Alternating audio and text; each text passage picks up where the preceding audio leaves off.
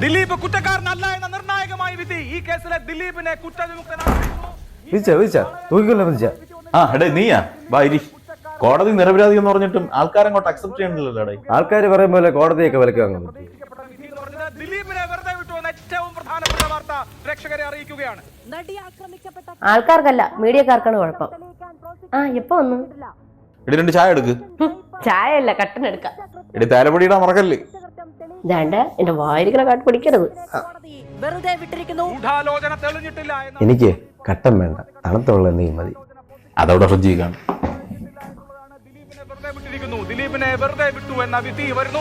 ഈ കേസിലെ ജഡ്ജിയെ മാറ്റണമെന്ന് ആവശ്യപ്പെട്ട് ആവർത്തിച്ച് അതിജീവിത ഹൈക്കോടതിയെയും സുപ്രീം കോടതിയെയും ഒക്കെ സമീപിച്ചിരുന്നതാണ്. ഒരു പക്ഷേ അതിജീവിതയുടെ ആ ഭയം ശരിവെക്കപ്പെട്ടിരിക്കുന്നു. ദിലീപ് കുറ്റവിമുക്തനായിരിക്കുന്നു. കോടതി മുൻപാകെ തെളിവുകൾ പ്രധാനമാണ്. തെളിവുകൾ മതിയായ തെളിവുകളല്ല. കോടതി പറഞ്ഞാൽ ശരിയായിരിക്കും.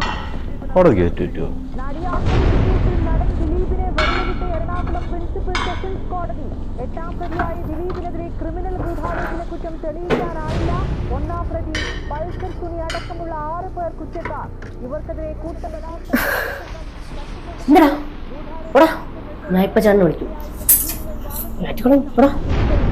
ഹൈക്കോടതിയിൽ സർക്കാർ അപ്പീൽ നൽകും.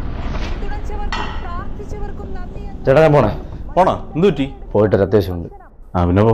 ഇമേജും ജീവിതവും തകർക്കാൻ നടന്ന ഗൂഢാലോചന എന്നും പോലീസ് ദിലീപ് ദീമൻ നീതിയുടെ വഴിക്ക് പോകട്ടെ എന്ന് ഇങ്ങനെ വന്നിരിക്കണേ.